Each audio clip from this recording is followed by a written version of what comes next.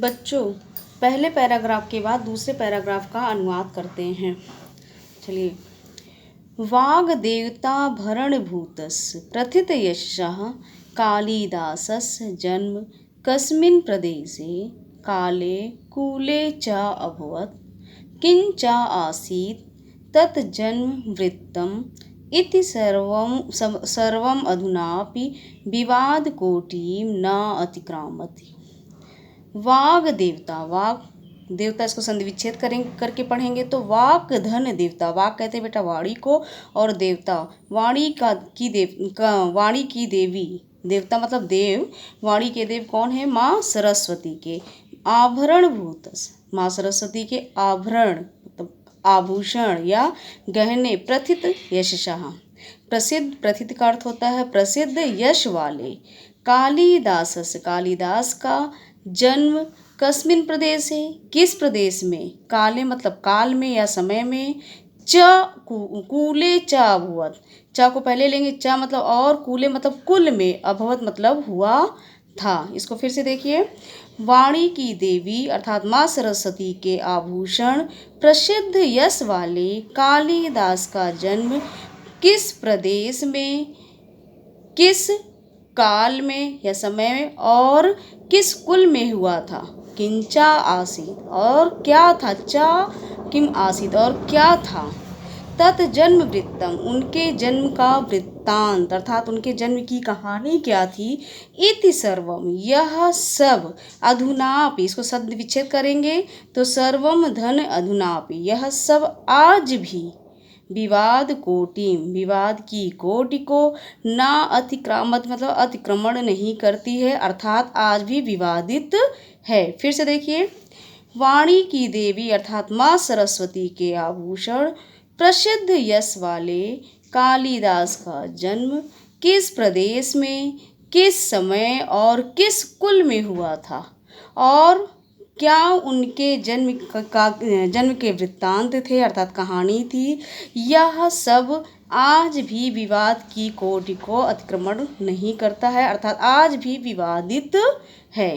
इतर कवय, इतर कहते हैं बेटा दूसरे कवि या अन्य कवियों के, इव मतलब समान, अन्य कवियों के समान या अन्य कवियों की तरह, कालिदास आत्मज्ञापने, कालिदास ने आत्मज्ञापने मतलब अपने विषय में ज्ञाप, स्वकृतिषु, स्व मतलब अपने, कृतिषु मतलब कृतियों में अर्थात ग्रंथों में, प्रायः धृत मौन, धृत कहते हैं मतलब धारण करना, मौन एव अस्ति, एव मतलब ही, अस्ति मतलब है, संधि विच्छेद करेंगे तो एव धन अस्ति, दीर्घ संधि है, तो प्रायः मौन ही धारण किए हैं।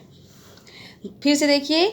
दूसरे कवियों के समान कालिदास अपने विषय में, अपने ग्रंथों में प्रायः मौन ही धारण किए हैं।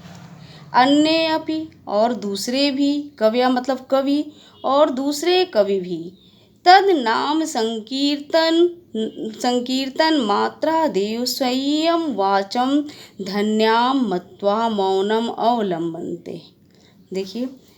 अन्य अपि कविया, और दूसरे कवि भी, तद नाम, तत् इसको संधि विच्छेद करके पढ़ेंगे तो तत् धन नाम धन संकीर्तन, उनके नाम लेने मात्र से, मात्र से, ए मतलब ही, उनके नाम लेने मात्र से ही, स्वयं, स्वयं मतलब अपनी ही, वाणी वाचम धन्याम, अपनी वाणी को धन्य मान, मत्वा मतलब मान करके, अपनी वाणी को धन्य मान करके, मौनम अवलंबनते मतलब मौन हो जाते हैं। दूसरे कवि भी उनके नाम लेने मात्र से ही अपनी वाणी को धन्य मान करके मौन धारण कर लेते हैं। तथापि, तथापि मतलब कुछ फिर भी, अंतर बहिर्साक्ष्यम अनुसृत्य समीक्षकः कवि परिचयम यावत् शक्यम प्रस्तुतवन्ति। तथापि, फिर भी, तथापि का अर्थ होता है बेटा फिर भी, अंतर बहिर्साक्ष्यम अनुसृत, अंतर मतलब अंतः और बाह्य साक्ष्यों का अनुसृत मतलब अनुसरण करके समीक्षका समीक्षक वर्ग अर्थात आलोचक वर्ग कवि ही परिचयम कवि के परिचय को यावत शक्यम मतलब अर्थात अपनी शक्ति के अनुसार प्रस्तुतवंती मतलब प्रस्तुत करते हैं। फिर भी आंतरिक और बाह्य साक्ष्यों का अनुसरण करके समीक्षक अर्थात आलोचक या इतिहासकार कवि के परिचय को शक्ति के अनुसार अपनी शक्ति के अनुसार प्रस्तुत करते हैं। ये दूसरे पैराग्राफ का अनुवाद समाप्त हुआ। आज बच्चों बस पहला और दूसरे पैराग्राफ का अनुवाद अच्छे से देखिएगा और इसको कॉपी में संदर्भ सहित नोट कर लीजिएगा।